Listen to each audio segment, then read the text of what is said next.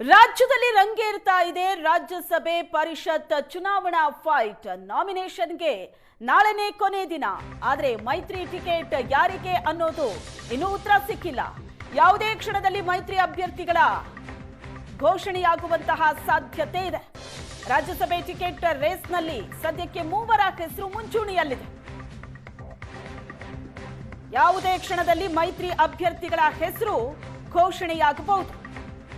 ನಾಮಿನೇಷನ್ಗೆ ನಾಳೆನೇ ಕೊನೆ ದಿನ. ಹಾಗಾಗಿ ಯಾವುದೇ ಕ್ಷಣದಲ್ಲಿ ಅಭ್ಯರ್ಥಿಗಳ ಹೆಸರು ಘೋಷಣೆಯಾಗೋ ಸಾಧ್ಯತೆ ಇದೆ. ಸದ್ಯಕ್ಕೆ ಮೂವರ ಹೆಸರು ರಾಜ್ಯಸಭೆ ಟಿಕೆಟ್ ರೇಸ್ನಲ್ಲಿ ಮುಂಚೂಣಿಯಲ್ಲಿರೋದು. ಬಿಜೆಪಿಯಿಂದ ಡಿ.ವಿ. ಸದಾನಂದ ಗೌಡ, ಸುಮಲತಾ ಹೆಸರು ಚರ್ಚೆ ಆಗ್ತಾ ಇದೆ. ಎಚ್.ಡಿ. ದೇವೇಗೌಡರಿಗೆ ಟಿಕೆಟ್ ನೀಡುವಂತೆ ಜೆಡಿಎಸ್ ಒತ್ತಡ ಹಾಕ್ತಾ ಇದೆ. ಮೋದಿ ಅಮಿತ್ ಶಾ ಅಂತಿಮ ನಿರ್ಧಾರದ ಬಳಿಕ ಅಭ್ಯರ್ಥಿಗಳ ಹೆಸರು ಘೋಷಣೆಯಾಗುತ್ತೆ.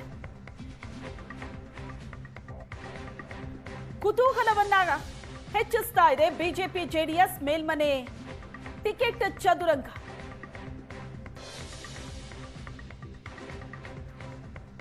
ಈಗಾಗಲೇ ಕಾಂಗ್ರೆಸ್ನಿಂದ ಮೂವರು ಅಭ್ಯರ್ಥಿಗಳು ನಾಮಿನೇಷನ್ ಮಾಡಿದ್ದಾರೆ, ನಾಮಪತ್ರ ಸಲ್ಲಿಸಿದ್ದಾರೆ. ಜೂನ್ 18ಕ್ಕೆ ವಿಧಾನಸಭೆಯಿಂದ ರಾಜ್ಯಸಭೆಗೆ ನಡೆಯಲಿರುವಂತಹ ಚುನಾವಣೆ ಇದು. ಕರ್ನಾಟಕದಿಂದ 4 ರಾಜ್ಯಸಭಾ ಸ್ಥಾನಗಳಿಗೆ ಎಲೆಕ್ಷನ್ ನಡೆಯಲಿದೆ. ಕಾಂಗ್ರೆಸ್ 3 ರಾಜ್ಯಸಭಾ ಸ್ಥಾನಗಳನ್ನ ಗೆಲ್ಲೋದಕ್ಕೆ ಬೇಕಾದಷ್ಟು ಸಂಖ್ಯಾಬಲವನ್ನ ಹೊಂದಿದೆ. ಕಾಂಗ್ರೆಸ್ ಅಭ್ಯರ್ಥಿಗಳ ಘೋಷಣೆ ಮಾಡಿದೆ. 3 ಅಭ್ಯರ್ಥಿಗಳು ನಾಮಪತ್ರ ಕೂಡ ಸಲ್ಲಿಸಿಯಾಗಿದೆ. ಆದರೆ ಮೈತ್ರಿ ಅಭ್ಯರ್ಥಿಗಳು ಯಾರು ಇನ್ನೂ ಘೋಷಣೆ ಆಗಿಲ್ಲ. ಬಿಜೆಪಿ ಜೆಡಿಎಸ್ ಮೇಲ್ಮನೆ ಟಿಕೆಟ್ ಚದುರಂಗದಾಟ ಬಹಳ ದೊಡ್ಡ ಕುತೂಹಲಕ್ಕೆ ಕಾರಣ ಆಗಿದೆ. ಮೈತ್ರಿಯ ಸಂಭಾವ್ಯ ಅಭ್ಯರ್ಥಿಗಳನ್ನ ಕೂಡ ನೋಡ್ತಾ ಇದ್ದೀರಿ. ಸುಮಲತಾ ಅಂಬರೀಶ್, ಡಿ.ವಿ. ಸದಾನಂದ ಗೌಡ, ಎಚ್.ಡಿ. ದೇವೇಗೌಡ ಹೆಸರಿದೆ.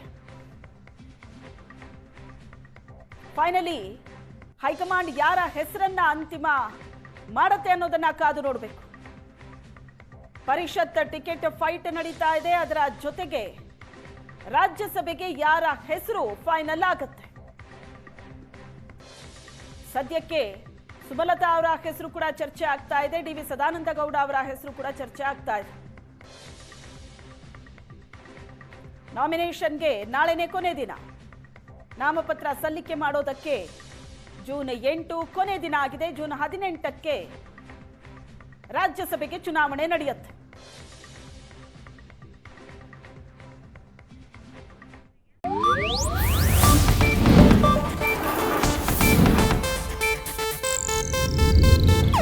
ಇದು ಏಷ್ಯಾನೆಟ್ ನ್ಯೂಸ್ ನೆಟ್ವರ್ಕ್ ಪ್ರಸ್ತುತಿ.